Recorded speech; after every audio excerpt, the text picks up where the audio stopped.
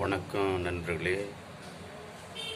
இன்றைய தேதி 19, அதாவது ஆகஸ்ட் 19.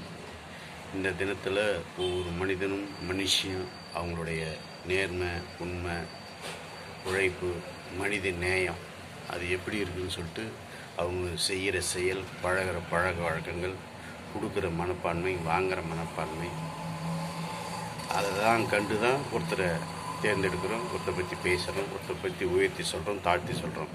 எதுக்காக இதெல்லாம் சொல்கிறேன்னா, ஒரு தடவை நம்ம ஒரு அம்மையார் வந்துட்டு ஒரு தொண்டு நிறுவனத்துக்காக நிதி கேட்க போகிறாங்க. நிதி கேட்கும்போது அந்த செல்வந்தர் நிதி கொடுக்கல, எச்சி துப்பிட்டார். எச்சி துப்பினோடனே அவங்க கோவப்படலை, வருத்தப்படலை, வாடலை.